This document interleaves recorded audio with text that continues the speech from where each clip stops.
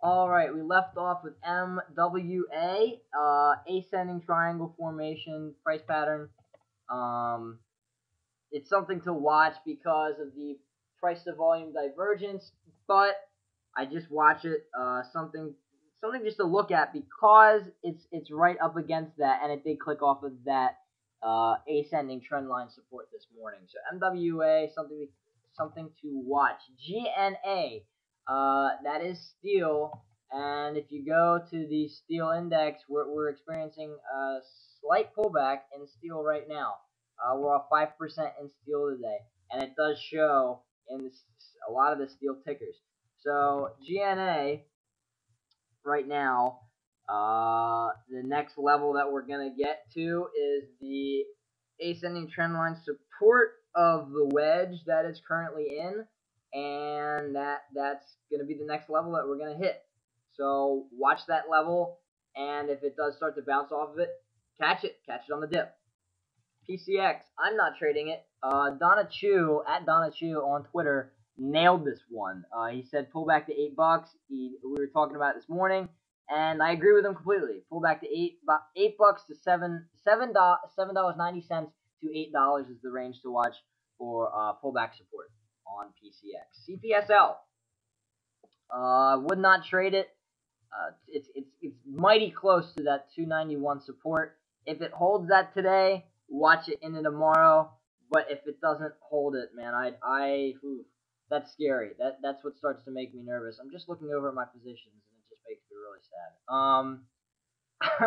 291 back to CPSL 291 on the support. But if it doesn't hold it today, and we're probably gonna get another volume breakout here, distribution wise. So I wouldn't even get near this one right now. I wouldn't get near steel until it cools off. SPF bump and run if it holds 333 into the day, even 331, a couple cent leeway, that's not bad at all. But 333 is the spot to watch. And if you look at it for the bump and run, I really do like this ticker for a bump and run because if it does push off of that in the next couple of days, we're probably going to experience a pop to 375.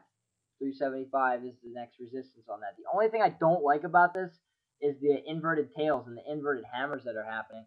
Normally, inverted hammers are bearish candle wise, so I just watch it for now. And if it does start to reverse on heavy volume accumulation, that's when I start to look and get into it and be serious about the ticker. JBL, I liked it this morning for a bump and run. I don't like it anymore for a bump and run. It looks like it's just going to hold resistance and build some volume distribution and drop. So watch it to 850, and anything below 850, kill it, cut it off your watch list. It's not worth it. It's not worth the pain and trouble to watch. 182 is the resistance on Sun. Sonus Networks reports earnings after hours, or no, pre-market tomorrow. So be careful getting into this name now. But if you're willing to take a risk and take the possibility that earnings are terrible and it dumps, be my guest. I'm not going to do it, and I don't advise to do it.